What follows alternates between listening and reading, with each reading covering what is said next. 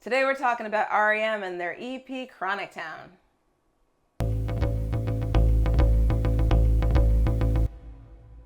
Welcome back to States and Kingdoms. Today we're talking about R.E.M's EP from 1982, Chronic Town. So of all the things that we've listened to, I'll say all the different music we've listened to, different albums, this is one of those special ones where it really has an incredibly unique, fresh, new sound, and you just don't know immediately where it came from. Do you? I bought it. I don't know. I've always been fascinated with how band sounds evolve, how like they come to be, or how a band starts out here, ends up there. Or most fascinating is when a band starts out with their fully formed, like it's all together. That's what you're gonna sound like. Yeah. It's there from the beginning. And with no matter what their influences were, and I know what their influences were. I know what they've talked about, what Peter Buck's talked about, Michael Stipe's talked about. I know what they've talked about, but you can only hear it in little bits. You don't really. Yeah. There was nothing that they do on this that sounds like anyone else. No. We both listen to a lot of we call punk, new wave, post-punk, no wave, whatever. Yeah, all those Yes. genres. No, but We're well-versed. Those bands. So basically, the period between 74 and like 84. Yeah. You could say. I mean, really, nothing sounds like this. If you want to say punk and like post-punk bands were getting rid of like rock cliches and song structures, and this partakes in that, but it's basically building it back up. But it's almost like a reset. They almost reset it. Yeah. They just they went back to like the beginning, a folky, like mountainy kind of like. It wasn't really intentional. No, either. but what they ended up doing was just kind of like leveling off everything, and it was so influential and became a starting point again for other people to build on. I mean, it's impossible to talk about anything R.E.M. without briefly just talking about their influence. I mean, they are one of the most influential bands of all time. Certainly, in my opinion, and I don't really think this is debatable. I'm sure someone would debate it, but not me. The most influential band of the 80s. And that's not necessarily directly from this record. That's why, I don't have to go into that. But if you were to have heard this in 1982, or you saw them, they toured, they were playing all over, saw them live.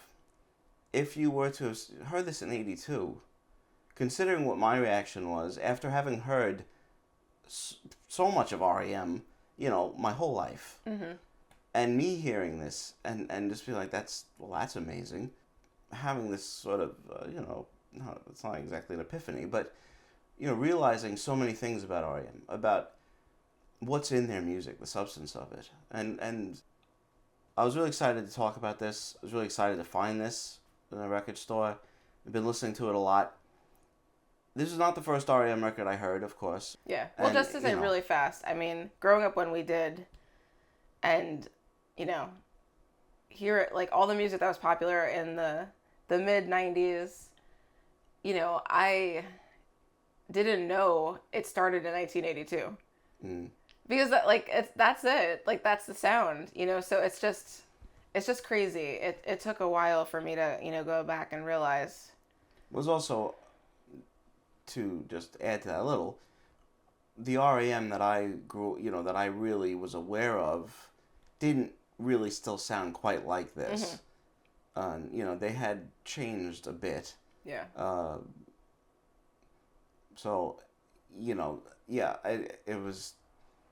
I didn't see the full extent of just how much they had influenced until. But what did I know? A while later. I was young. I was stupid. Yeah. Well, I did dumb things. And we'll go into that in another video. I think we could. We're gonna do a companion video just about R.E.M. in general. But this album knocked me out when I first heard it. Well, I hit you with it. Yeah, it was really a revelation. Their first release, their first album release, right, non-single release, and it is this perfectly formed. Their style is this present, and everything that you expect to hear from R.E.M. and everything that really you could say certainly that you are absolutely going to hear developed over the next 4, maybe 5 records is really on this EP. Yeah, it's crazy. It's an awesome album. One of my favorite R.E.M. songs, Wolves Lower. Yeah. First song. Yeah, it opens up so strong. Such a great song. One of the best opening tracks ever. Super catchy. And great energy. I love every song on this. No, me too. They all have their own feel, and I love every song. Different energies. They're all just fantastic. Yeah. The length of the album is absolutely perfect. I mean, it's really nice and compact. It's real zippy. All the songs go by like that. It's so fun. No, really, it is so great. It's just so energetic and fresh. Unlike all those other really lazy, long EPs. Slow EPs. Sloth-like. Those double EPs. Hate them. Hate that rock and roll rubbish. I really don't know what to say about Michael Stipe. I don't know where, where you can say, what you could possibly point to. Yeah, it's hard to pinpoint, like, even, not forget about one influence, being like, oh yeah, he obviously listened to this guy.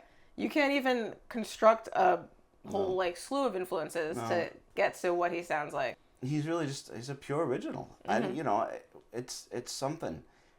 There's, and his singing and his lyrics, there's an intensity to them. They're not personal, but I feel like he knows something. Like he knows something. It's true though about the intensity, because it's a different kind. He's not yelling, he's not screaming, he's not like thrashing about. It's like a cool, intense, deep, like focused thing. And the music is not distorted. No. It's not particularly. It's pretty straightforward. Aggressive. It's not really. There's hardly any dissonant moments. Maybe and yet once or twice you get a little bit of a twangy thing going on. And yet the drama of it can be quite intense. Yes. I'm talking specifically on this. His lyrics are sometimes obscure. They're not unintelligible. Well, I know, and that was of course the I hear nothing. People not be. I kind of like not always being able to understand. I never know what anyone's saying. What singers are singing about. I sailed an onion. I'm used to it though. I mean, growing up in the '90s, you couldn't understand anyone at all ever. Yeah. I was always like, Sean, and you're like, what? That's a horrible joke. I never understand. No, that would. You can cut that out. One thing on this, and obviously, a lot of people praise Mike Mills' backing vocals, and I. He's always singing. Yeah. But that's one of the most extraordinary things, really. We love both talk about 2-part harmonies. We love 2-part harmonies, whether it's the Everly Brothers, Simon and Garfunkel, Pink Floyd, and Alice in Chains. Yeah, thank you. Really love 2-part harmonies. What they're doing on this is the harmonies here. Sometimes they are just kind of 2-part harmonies, but there's almost a kind of call and response that you're getting here, which is really extraordinary, and it gives a depth to the songs that I think is really extraordinary. I mean, that's really something to pull out. This on your first album, and it adds a lot, and it does tend to add a feeling of obviously something you would hear in folk songs, something you'd hear in like hymns. Yeah, like a sing along. Whether in shape note singing or in blues and that all those things, line singing, all those things have line dancing. The call and response, and it's not always like it's not. It depends. It's not you think like a pure call and response, but the dynamic between Michael Stipe and Mike Mills isn't them just singing the exact same thing. No, there's so such all that interplay between them, and there's wailing moments, and it never gets like full on yodely. But I mean, there's like there's a real image that is like brought up for me of like fields and people out in the field and singing and race memory. And when I was picking cotton. There's more to say about this. I don't want because I don't want this video to be. It's not a book report. All of our videos are book reports, Jenna. I mean, this album changed music. Mm-hmm. I mean, this and the next. I mean, obviously, like I say, this and Murmur, but it still changed. It changed music, and it didn't cost $300. No, I was exaggerating, and I should have gone with a more. It was actually more than. We did pay a little. I think. Might have been like between 60 and 70. Yeah, I paid a bit more than I would have liked to, but we paid a premium. I just wanted. It was there. It was in the moment. Whatever. You're feeling feisty in the shops. I think honestly the importance of this album and its merits, its virtues, can't really be overstated. I don't want to be as hyperbolic with every band, but with R.E.M. it's justified. Yes. In my opinion, it's justified. Absolutely. I agree. Agreed. Okay. Thank you so much for watching our discussion of Chronic Town. Let us know what you think of this album in the comments. Please like this video, subscribe to States and Kingdoms, and we will see you next time.